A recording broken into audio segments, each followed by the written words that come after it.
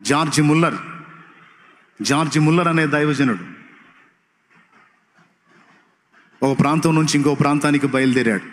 సముద్రం మీద ఓడలో బయలుదేరాడు. ఓడలో కొంత దూరం వెళ్ళిన తర్వాత ఆయన రేపు సాయంత్రం వేళ అక్కడ కూటంలో ఉండాలి. ఈ సముద్రం మీద ఈ ఓడ వెళతా ఉంది. నిర్ణయించబడిన సమయానికి ఆయన అక్కడికి చేరాలి, ఓడ వెళ్ళాలి. కానీ ఓడ చాలా స్లోగా వెళ్తూ ఉంది. ఓడ నావికుడు కూడా దేవుడిని ఎరిగినోడే. జార్జ్ ముల్లర్ గారు ఓడ నావికుడి దగ్గరికి వెళ్ళాడు. ఇంత స్లోగా వెళ్తుంది, నేను అనుకున్న సమయానికి అక్కడికి చేరకపోతానా, ఇట్లయితే ఎట్లా అన్నాడు. ఏం చేయమంటారు? ఒక్కసారి సముద్రం మీద చూడండి, మంచు దట్టంగా కమ్మేసి దారి అర్థం కాకుండా ఉంది. ఇలాంటి పరిస్థితుల్లో మెలకువగా కానీ వెళ్ళకపోతే వెళ్ళి దేని గుద్దుకుంటామో కూడా తెలియదు. కాబట్టి ఇప్పుడు జాగ్రత్తగానే వెళ్ళాలి అనే మాట ఆయన మాట్లాడతాడు. దాదాపు ఆ ఓడ ఆ విధంగా ప్రయాణం చేస్తే ఈయన 1.5-2 రోజుల్లో చేరేది కాస్త 4 రోజుల్లో చేరతాడు. అప్పుడు ఆయన అన్నాడు, ఇట్లయితే ఎట్లా, నేను వెళ్ళాలంటాడు. ఆయన వెళ్ళాలంటే నా చేతుల్లో పని అయిందంటాడు ఈయన. సరే, నీకు ప్రార్థన చేయటం వచ్చా అంటాడు ఈయన. నీకు ప్రార్థన చేయటం వచ్చా? వచ్చు, దా ప్రార్థిద్దాం దా. ఇద్దరు గదిలోకి వెళ్తారు, మోకాళ్ళు వేస్తారు. జార్జ్ ముల్లర్ గారు ప్రార్థన చేస్తాడు. కాసేపు ప్రార్థన చేస్తాడు. సుదీర్ఘ ప్రార్థన కాదు, సింపుల్గా ప్రార్థన చేస్తాడు. యేసు నామములో ఆమేన్ అంటాడు. మరి ఇద్దరు కలిసి మోకాళ్ళు వేసినప్పుడు ఒకళ్ళు ప్రార్థన చేసినాక ఇంకొక ఆయన చేయాలిగా. తర్వాత నావికుడు మొదలు పెట్టబోతాడు. అక్కర్లేదు లే అంటాడు. ప్రార్థన సార్, ప్రార్థన చేయొద్దా, మీరు చేశారు నేను చేయొద్దంటే అవసరం లేదు. అప్పుడు ఒక మాట అంటాడు ఆయన, గత 51 సంవత్సరముగా నేను ఆయనతో నడుస్తున్నాను, నేను ఆయనను ఎరుగుదును అంటాడు. 51 సంవత్సరంగా నేను ఆయనతో నడుస్తున్నాను, నేను ఆయన ఎరుగుదును. నా ప్రార్థన ఆయనకి వినబడిందని నాకు తెలుసు, నువ్వు వెళ్ళి చూడుపో అంటాడు. నిజంగా వెళ్ళి చూస్తే పొగ మంచు ఎటుదట్టు విడిపోయి నీట్గా దారి కనపడతా ఉంటుంది. ఇది రియల్గా జరిగింది. ప్రియమైన దేవుని బిడ్డలారా, ఎందుకు మనల్ని అనేకమైన అనుభవాల గుండా దేవుడు తీసుకెళ్తున్నాడు అంటే దానికి ఎన్నో కారణాలు ఉన్నాయి. వాటిలో మొట్టమొదటిది మనలో ఉన్న కల్మషాన్ని దుళ్ళగొట్టడానికి, మనల్ని శుద్ధి చేయడానికి ఒక కారణం. ఎందుకు మనల్ని అనేక రకాల పరిస్థితుల గుండా, ప్రతికూలతల గుండా తీసుకెళ్తున్నాడు, శ్రమల గుండా తీసుకెళ్తున్నాడు అంటే మొట్టమొదటి కారణం ఏం చెప్పాను? అవసరాన్ని బట్టి. ఏమిటి అవసరం అంటే మొట్టమొదటిది మనలో ఉన్న ఎగస్టాలనే తీసేయడానికి. సింపుల్గా చెప్పాలంటే ఏం చేయడానికి? ఎంతమంది ఒప్పుకుంటారు ఎగస్టాలు ఉన్నాయని? నేను 2 చేతులు ఎత్తుతా. డౌట్ లేదుగా, సమృద్ధిగా ఉన్నాయి. ఇప్పటికి చాలా వరకు ఎగస్టాలన్నీ కట్ అయిపోయి కొద్ది గొప్ప ఉన్నాయి. ఆ కొంచెం కూడా మొత్తం ఏం చేస్తాడు? మొట్టమొదటిది మనలో ఎగస్టాలుగా ఉన్నటువంటి వాటన్నిటిని తొలగించి మనల్ని దీనులుగా, సాత్వికులుగా, ఓర్పుమంతులుగా ఆయన పోలికలోనికి తీసుకొని రావడానికి ఆయన మనల్ని ప్రత్యేకంగా వెంటబెట్టుకొని నడిపిస్తున్నాడు. ఇది మొదటిది. రెండోది ఏంటో తెలుసా? ఆ పరిస్థితుల గుండా నేను నడిపించి నీ విశ్వాసాన్ని ఆయన వృద్ధి పొందించడానికి పూనుకున్నాడు. నీలో విశ్వాసపు శక్తిని మేల్కొల్పడానికి పూనుకున్నాడు ప్రియులారా. లేకపోతే నీ విశ్వాసం వృద్ధి కాదు. కఠినమైన పరిస్థితులు మనకు ఏర్పడ్డప్పుడు మన విశ్వాసాన్ని ప్రదర్శించడానికి మనకు ఒక సువర్ణ అవకాశం వచ్చినట్టే. సాల్మాన్ అన్న ఇక్కడ కోటం పెడతానన్నాడు. వినండి బాగా, సాల్మాన్ అన్న ఇక్కడ కోటం పెడతానన్నాడు. సామాన్యమైన విషయమా సోదరులారా? ఈ సామాన్యమైన విషయం కాదన్న వాళ్ళు చేతులు ఎత్తండి. దేవునికి స్తోత్రం కలుగును గాక. నాకు ఆశ్చర్యమే. సాహసం చేస్తున్నాడని లాస్ట్ ఇయర్. కానీ మీకు తెలుసా, ప్రతికూల పరిస్థితులు వచ్చినాయి. చివరికి మందిరం కూడా తొలగించబడి చర్చిలో ఆరాధన జరపలేని పరిస్థితి వచ్చేసింది. కఠినమైన పరిస్థితి వచ్చేసింది. ఇప్పుడు ఏం చేయాలి? చర్చి తొలగించబడింది, మళ్ళా పునర్నిర్మాణం చేయడానికి సగం పడ వర్క్ జరిగి అట్లా ఆగింది. అక్కడ ద్వారాలు ముయ్యబడ్డట్టుగా అయిపోయింది పరిస్థితి. ఇప్పుడు ఏం చేయాలి? ఈ శ్రమ అన్న విశ్వాసాన్ని ప్రదర్శించడానికి ఒక అద్భుతమైన అవకాశంగా మారింది. దైవజనుడి లైఫ్లోనే జరిగిన సాక్ష్యం ఇది. ఇప్పుడు నాకు అక్కడ ద్వారం మూసేశారు శత్రువులు. అయితే ఇప్పుడు నేను నా విశ్వాసాన్ని ప్రదర్శించడానికి నాకు ఒక అద్భుతమైన అవకాశం దొరికింది. ఒక ద్వారం ముయ్యబడితే నాకు 7 ద్వారాలు నా తండ్రి తెరుస్తాడు. చిన్నది ముయ్యబడితే పెద్దది ఓపెన్ చేస్తాడు నాకు అని ఈరోజు ఉమర్ ఫంక్షన్ హాల్ని ఫిక్స్ చేసుకున్నాడు. దేవునికి స్తోత్రం కలుగునుగాక. ఇక వారం వారం ఇక్కడ నెక్స్ట్ సండే నుంచి ఇక్కడ స్టార్ట్ అవుతుంది, ఆరాధన స్టార్ట్ అవుతుంది. దేవునికి మహిమ కలుగునుగాక. విశ్వాసాన్ని ప్రదర్శించటం అంటారు దీన్ని. ఏ ధైర్యంతో నువ్వు ఈ పనికి పూనుకుంటున్నావు? ఆయన మనస్సాక్షి కూడా ఆయన ప్రశ్నించిద్ది. నా ఓటోడు అడుగుతాడు, కొంతమంది సేవకులు అడుగుతారు, లేదా కొంతమంది సంఘ విశ్వాసులే ప్రశ్నిస్తారు, ఏంటన్నా నీ ధైర్యం అని. నా ధైర్యం దేవుడే, నా ధనం ఆయనే. నాకైతే ఛాన్స్ వచ్చింది.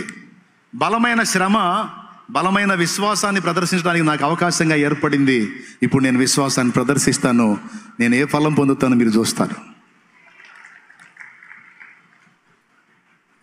ఒకటి, మనలో ఎగస్టాలను తొలగించడానికి మనల్ని కఠినమైన అనుభవాలు గుండా తీసుకెళ్తాడు.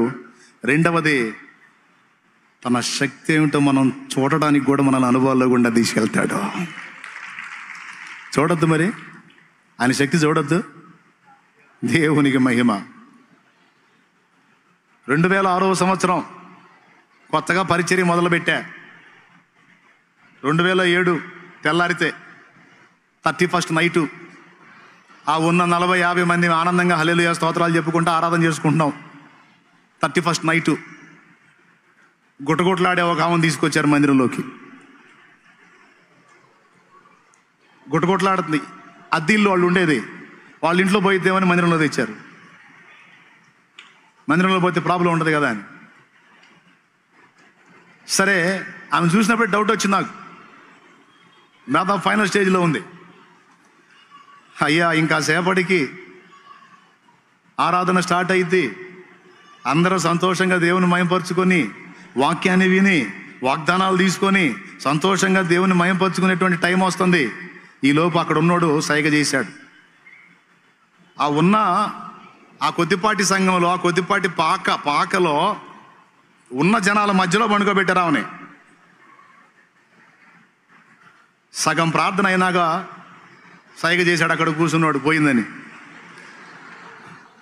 ఇప్పుడు ఎట్లుంటుందండి? కొత్తగా మొదలు పెట్టాం పరిచర్య, ఫలానా చర్చిలో ఒక ఆమె పోయిందంటే ఏమంటారు? నేను కూడా పోను, నేను పోతే నేను పోతానేమో. బ్యాడ్ టాకింగ్ వెళ్ళింది కదా. ఇక నాకు టెన్షన్ స్టార్ట్ అయింది, గందరగోళం అయిపోయింది నా పని. అయితే ఆ గొప్ప సమస్య గొప్ప విశ్వాసాన్ని ప్రదర్శించడానికి అవకాశంగా నాకు దొరికింది. ఇంకేం మాట్లాడలా. అర్జెంటుగా ఆమెను బయటికి తీసుకెళ్ళండి అని అల్లా, అర్జెంటుగా ఆమెను బయటికి తీసుకెళ్ళండి అల్లా. అందరూ మోకాళ్ళు వేయండి, ప్రార్థన చేద్దామని మోకాళ్ళు వేసాం. మీరు నమ్మండి నమ్మకపోండి, గట్టిగా 20 నిమిషాలు కాస్త అటు ఇటుగా ప్రార్థన చేశాం. చెయ్యండి ప్రార్థన, ఆమె పోయిందంటే పరిచర్య ఆగిపోయింది, చెయ్యండి ఆమె బతకాలని ప్రార్థన చేయండి అని కేకలేసాను నేను. ఇక వాళ్ళు ప్రభువా అని మొదలుపెట్టారు, గందరగోళంగా ప్రార్థన చేయటం మొదలుపెట్టారు. 15 నుంచి 20 నిమిషాల ప్రార్థన జరిగింది. కళ్ళు తెరిచి చూసి అతనికి వెళ్ళి మళ్ళా సైగ చేశాడు. ఏమన్నా తెలుసా? కళ్ళు తెరిచిందని. చచ్చిపోయిన మనిషి బతికింది.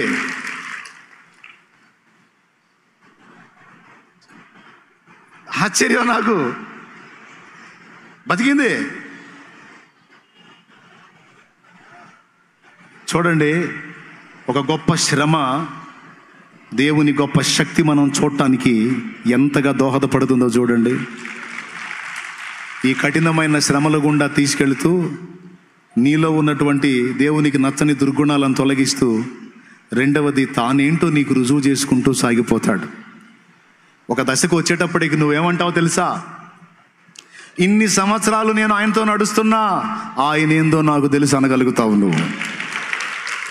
జార్జ్ ముల్లర్ అన్నాడు, 51 సంవత్సరంగా నేను ఆయనతో నడుస్తున్నా, ఆయన ఏందో నాకు తెలుసు, నువ్వు పోయి చూసుకోపోవాయా. మంచు లేదు, గించు లేదా. దేవునికి మహిమ. ఇది ఏం కార్యం అండి? ఇదేమన్నా సిటీ నడిబొడ్డా? దీని పేరే ఓల్డ్ సిటీ. అసలు ఏందండి ఇది? దేవుని కార్యం కదా, విశ్వాస ప్రయోగం కదా, దేవుని కార్యాలు చూసే అవకాశం కదా. దేవునికి మహిమ కలుగును గాక. ప్రియులారా, కఠినమైన పరిస్థితుల గుండా తీసుకెళ్తూ నీకు 3 సంగతులు చేస్తాడు. మొట్టమొదటిది, నీలో ఉన్న దుర్గుణాలను దుళ్ళగొడతాడు. రెండవది, విశ్వాసాన్ని వృద్ధి పొందిస్తాడు. మూడవది, తన శక్తి ఏంటో ముందు నువ్వు రుచి చూసేటట్టు చేస్తాడు. ఆయన శక్తి ఏంటో నీకు అలవాటు కావాలి. ఈరోజు అలా ఒక్కొక్క కార్యం చూసుకుంటా దేవునితో నడుస్తా. కొంత అనుభవాన్ని ఇప్పటికే నేర్చుకున్న వాళ్ళు మీలో ఉన్నారు. ఎంతమంది ఉన్నారు? చేతులు ఎత్తండి. నాకు తెలుసు ఆయన శక్తి. ఎలా తెలుసు? నడిచావు, కొన్ని మైళ్ళు ప్రయాణం చేశావు. ఒక్కసారిగా నీకు చూపించలా ఆయన ప్రభావాన్ని. క్రమక్రమముగా నీ విశ్వాసాన్ని వృద్ధి పొందించుకుంటూ వచ్చాడు. దేవునికి స్తోత్రం కలుగును గాక. గొలియాతు మీదికి దావీదు వెళ్ళక మునుపు, సింహం మీదికి ఎలుగుబంటి మీదికి వెళ్ళే దగ్గర దావీదుకు ఆ పరిస్థితి రప్పించి విశ్వాసాన్ని నేర్పుకున్నాడండి దేవుడు. గొలియాతు మీదికి వెళ్ళక ముందు అడవిలో సింహం ఎదురొచ్చేటట్టు చేశాడు, దాని నోటి నుంచి కాపాడాడు, విశ్వాసం బలపడింది. ఎలుగుబంటి ఎదుర్కొనేటట్టు చేశాడు, దాని నోటి నుంచి కాపాడాడు, విశ్వాసం బలపడింది. ఎట్లా తయారయ్యాడంటే, 6 మూరల జానుడు దగ్గర 11 అడుగులున్న గొలియాతును చూసి, జీవము గల దేవుని సైన్యమును తిరస్కరించడానికి సున్నతి లేని ఫిలిస్తీయునికి ఎంత ధైర్యం అంటున్నాడు. అంటే అంత పొడుగోడు, అందరికీ దడబుట్టించినోడు. దావీదుకు మాత్రం లెక్క కూడా లేదు. ఎందుకంటే ఆల్రెడీ విశ్వాసాన్ని నేర్చుకున్నాడు దావీదు. హల్లెలూయా, నేర్చుకున్నాడు. కానీ దావీదు అన్నలకు అనుభవం లేదు. దావీదు అన్నలో ఎలుగుబంటిని ఎదుర్కొన్న అనుభవం లేదు, సింహాన్ని ఎదుర్కొన్న అనుభవం లేదు. అందుకే గొలియాతును చూసి వాళ్ళు కూడా కూర్చున్నారు. తీరా దావీదు పోయి ఫుడ్ ఇచ్చి వాళ్ళకి కనపడితే పెద్దన్న అంటాడు, యుద్ధము చూచుటకే కదరా నువ్వు వచ్చింది అంటాడు. ఏదో చేసినట్టు. ఏం చేశాడు? యుద్ధము చూచుటకే కదా నీవు వచ్చింది. చూచుటకు కాదు నాయన, చేయుటకు వచ్చాడు. ప్రియులారా, విశ్వాసాన్ని నేర్పుతాడండి దేవుడు. నేర్పుకుంటాడు తన బిడ్డలకి క్రమక్రమంగా. 3 కార్యాలను మనలో నెరవేర్చడం కోసమే దేవుడు ఈ పరిస్థితుల గుండా. నంబర్ 1, నంబర్ 2, నంబర్ 3,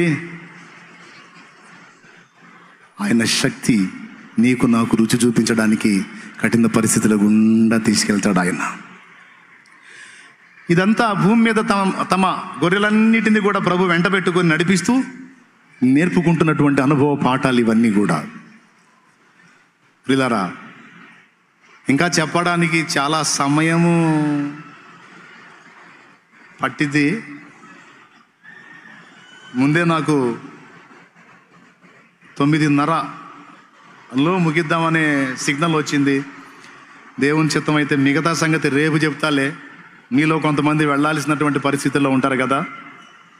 ఓకేనా? ఇక నేను ప్రార్థన చేసి ముగిస్తాను. అంటే 9:10 అవుతుంది. మాకేం ప్రాబ్లం లేదంటే తర్వాత విషయాలు కొనసాగిస్తా. కష్టమైద్ది, మీరు మళ్ళీ దూరం వెళ్ళాలి. మీకు ఇంట్రెస్ట్ ఉంటే రేపు రాండి, చక్కగా మళ్ళా అందులో నుంచే దేవుని చిత్తం అయితే దేవుడు మాట్లాడతాడు. మెట్టుకి కొన్ని సంగతులు మనం ఈరోజు ఆ వచనాల్లోంచి నేర్చుకున్నాం. ఇంకా విలువైన పాఠాలు ఉన్నాయి. ప్రభు చిత్తమైతే రేపు నేర్చుకుందాం. ఎందుకంటే నాకు ఓకే, నా కారు ఉంది, నేను వెళ్ళిపోతా. మీరు ఆటోలకి బస్సులకి ప్రయాణం చేస్తూ వెళ్ళాలి. మెట్టుకి విషయాలు దృష్టిలో పెట్టుకొని కృంగుబాటులో నుంచి బయటికి రండి, నిరాశ నిస్పృహల్లోంచి బయటికి రండి. దేవుడు నీ చేతిని పట్టుకొని ఉన్నాడని నమ్మండి. దేవుడే నీకు ముందు కాపరిగా ఉండి నడిపిస్తున్నాడని నమ్మండి. అధైర్యాన్ని వేడండి, విశ్వాసాన్ని నేర్చుకోండి. దేవుని శక్తిని నువ్వు రుచి చూడటం కాదు, లోకానికి కూడా రుచి చూపించే స్థాయికి నువ్వు నేను మనం ఎదగాలి ప్రియులారా. ఈరోజు మనందరినీ ఆ విధంగా తయారు చేయడానికి దేవుడు సంకల్పించాడు. మనల్ని ముద్రించుకున్నాడు, ప్రథమ ఫలముగా మనల్ని లేవనెత్తాడు. అంతేకాదు, ఎవ్వరూ నేర్చుకొనజాలని కీర్తనను మనకు నేర్పిస్తున్నాడు. భూమి మీదనే ఆయన వెంబడించడం మనకి సాధన చేస్తున్నాడు. ఇక్కడ వెంబడించడం నేర్చుకుంటే రేపు ఆయన వెంట అక్కడ నడుస్తాం. ఇక్కడ వెంబడించడాన్ని మనం నేర్చుకోకపోతే అక్కడ రేపు ఆయన వెంట ఉండం. కాబట్టి దేవుడు మనల్ని ప్రేమించి ఇక్కడే మనకి ఆయన వెంబడించడం నేర్పుతున్నాడు. నేర్చుకుందాం. కృప మనందరికీ తోడై ఉండునుగాక. ఆమేన్.